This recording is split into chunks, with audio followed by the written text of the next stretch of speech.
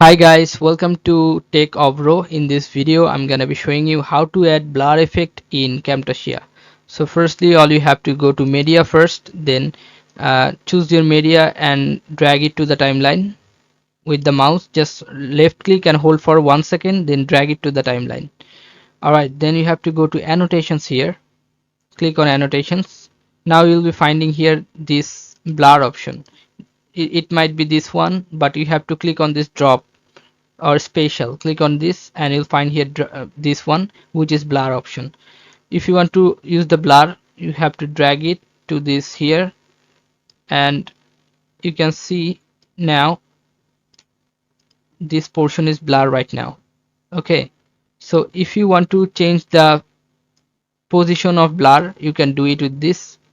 Sorry, you can do it with the mouse like this. I want it to be blur, and if you want to extend it, you can also extend it too. Okay, now click on this and these things will be blur, but you can see that it is so small. You can drag it and you can make it like this. Now if you click on play, it will be blur till the last. Okay, so guys, this is how you can do this.